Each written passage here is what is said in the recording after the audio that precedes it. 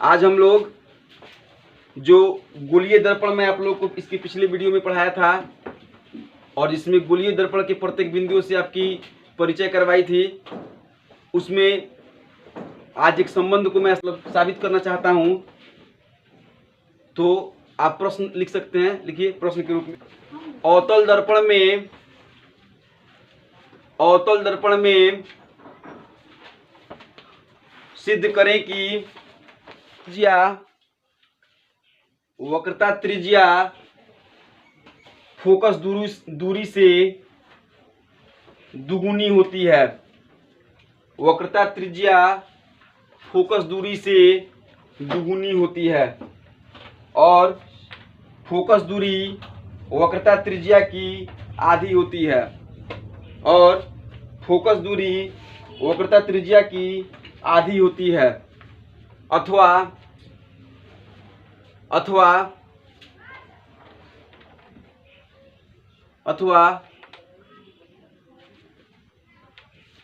अवतल दर्पण में वक्रता त्रिज्या और वस्तु दूरी में संबंध स्थापित करें। अथवा अवतल दर्पण में वक्रता त्रिज्या और वक्रता त्रिज्या और फोकस दूरी में संबंध स्थापित करें। ठीक है। अथवा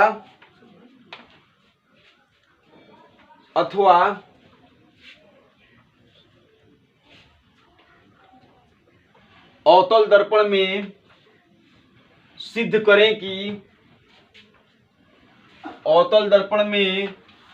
करें कि R बराबर 2F या F बराबर R/2।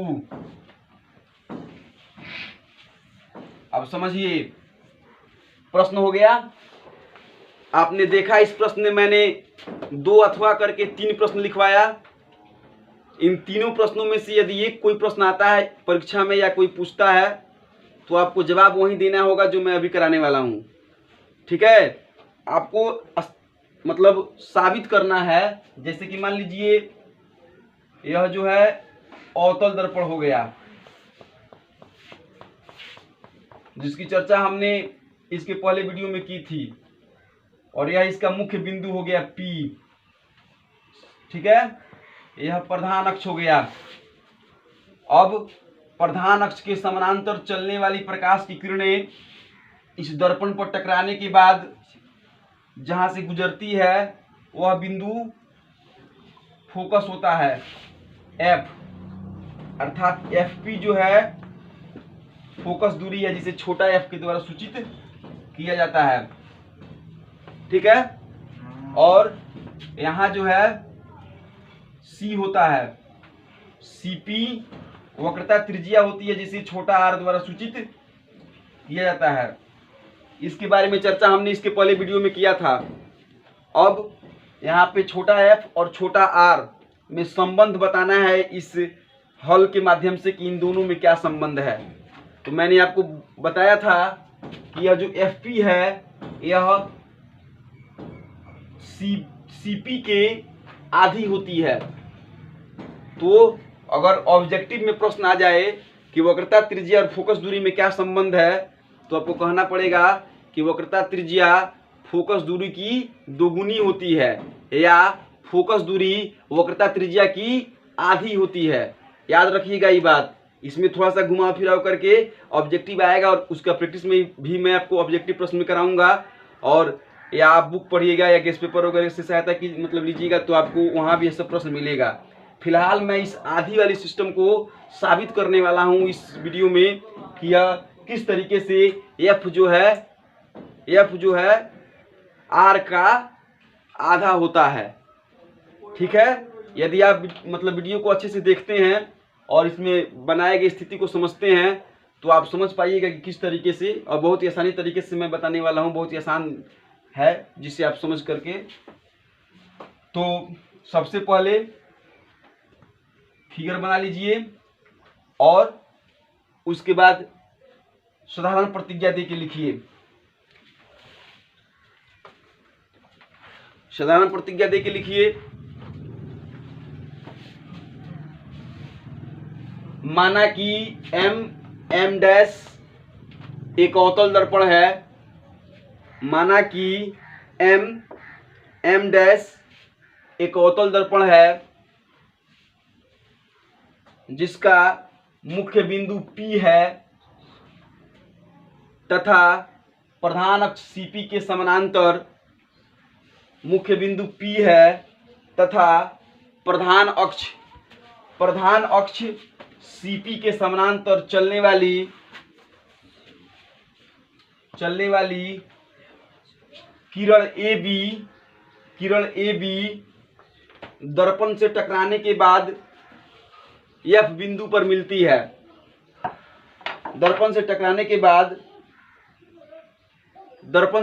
बाद प्रधान अक्ष के F बिंदु पर मिलती है। ठीक है, तो हमें सिद्ध करना है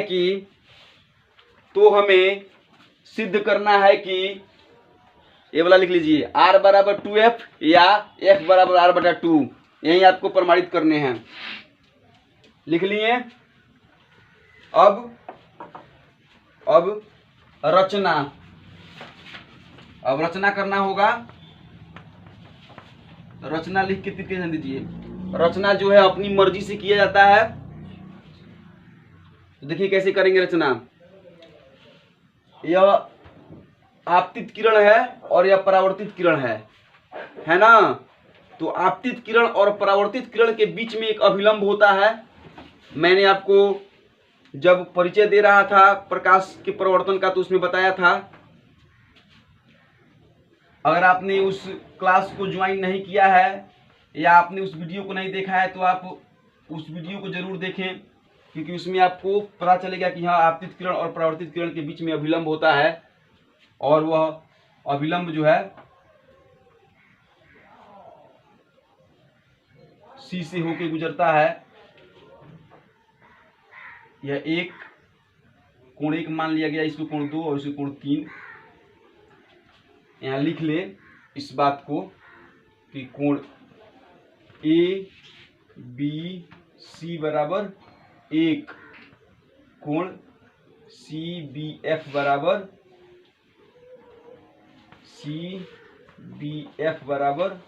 2, कोण BCF बराबर 3। कोण पढ़ने के लिए हमने आपको रेखा कोण में सिखाया है ABC 1, CBF 2 और BCF 3। ठीक है, फिगर पहले उतार लीजिए। तो अब रचना में लिखेंगे कि C से B को मिलाया और इतना माना। इसको भी रचने में लिख लीजिएगा। ठीक है, इसको जो है इतना को रचना में हिला लीजिएगा। ठीक है, अब प्रमाण अच्छे से समझते रहिए और उतारते रहिए। प्रमाण में कोण 1 बराबर कोण 2 परावर्तन के नियम से पुनः कोण 1 बराबर कोण 3, क्योंकि AB समानांतर CP और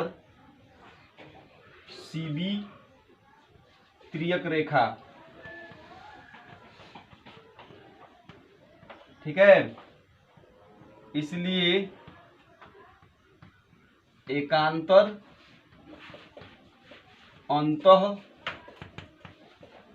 कोण से, ए भी समानांतर है सीपी और सी भी त्रियक है, इसलिए कोण के बराबर कोण दो एकांतर अंतः कोण से। तो पहले इसको समीकरण ए मानेंगे और इसको समीकरण बी। चलो समीकरण बी माना तो आप देख रहे हैं समीकरण ए में कोण के बराबर कोण 2, कोण के बराबर कोण 3। तो समीकरण ए एवं बी से एक एक बराबर है, कोण 2 बराबर कोण 3 हो जाएगा, हो जाएगा। यह मान त्रिभुज CBF में देखने पर, CBF में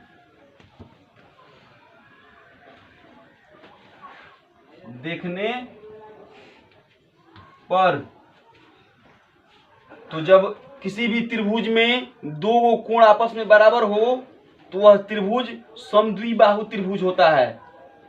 ठीक है, इसलिए त्रिभुज CBF समद्विबाहु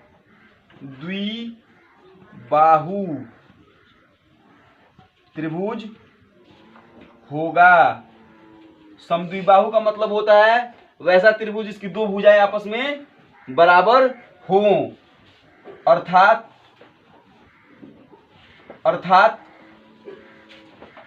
CF बराबर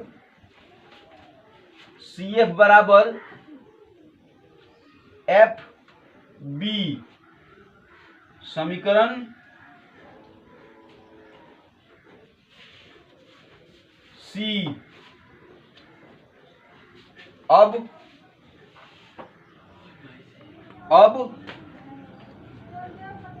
दर्पण का द्वारक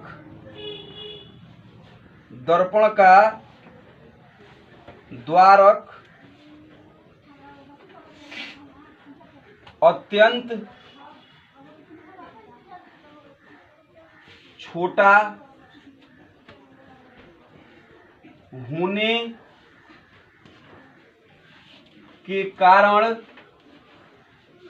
दर्पण का द्वारक अत्यंत छोटा होने के कारण बी और P अत्यंत निकट होंगे, अत्यंत निकट होंगे, अर्थात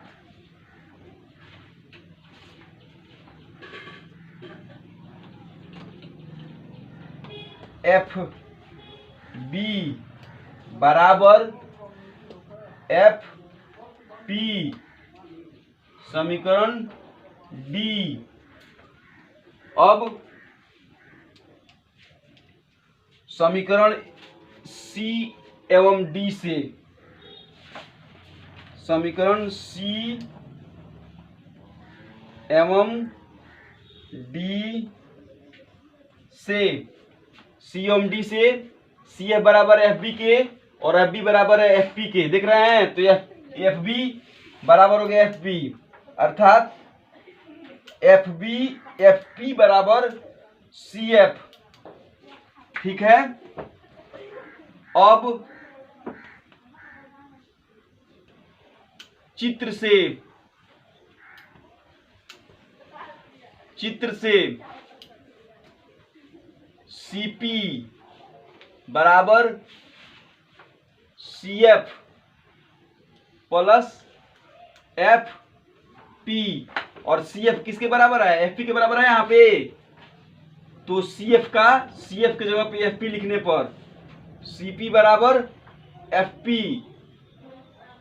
प्लस FP बराबर CP किसके बराबर था? R के बराबर था। आर बराबर एफ एफ टू एफ, एक प्रमाणित हुआ। और जब दो इधर गुना कर रहा है, यहां लिख दीजिए, घेर दीजिए और लिखिए प्रूव्ड, ठीक है। और दो इधर गुना कर इधर के भाग करेगा, अर्थात आर बटा टू बराबर एफ, दूसरा यहां प्राप्त हुआ, प्रूव्ड, ठीक है। और यहां जो है सी एफ बराबर एफ पी, तो यहां एफ पी बराबर सी एफ दिया गया है। अब आप इसे उतार लीजिए और मैं फिर इसे दोबारा अभी समझाऊंगा 1 मिनट में। अब इसे समझने का प्रयास किया जाए। रचना में हमने सी से बी को मिलाया था और 1 2 3 माना था, जो यहाँ पे लिखा है। अब प्रमाण में कोण 1 बराबर कोण 2, परावर्तन के नियम से समीकरण ए, कोण 1 बराबर कोण 3, कोण 1 बराबर कोण 3, जब ए बी समानांतर है सीपी के और तिर्यक रेखा है बीसी, तो एकांतर अंतर कोण के युग्म से कोण 1 बराबर होगा कोण 3 के। अब समीकरण ए और समीकरण बी के तहत 1 1 जब बराबर है तो 2 3 भी आपस में बराबर हो जाएगा। जब 2 3 बराबर हो गया तो अब यह मान त्रिभुज सी बी एफ में देखने पर, सी बी एफ में देखने पर दो कोण जब आपस में बराबर है तो त्रिभुज क्या होगा, समद्विबाहु होगा, अर्थात सी एफ बराबर होगा एफ बी के।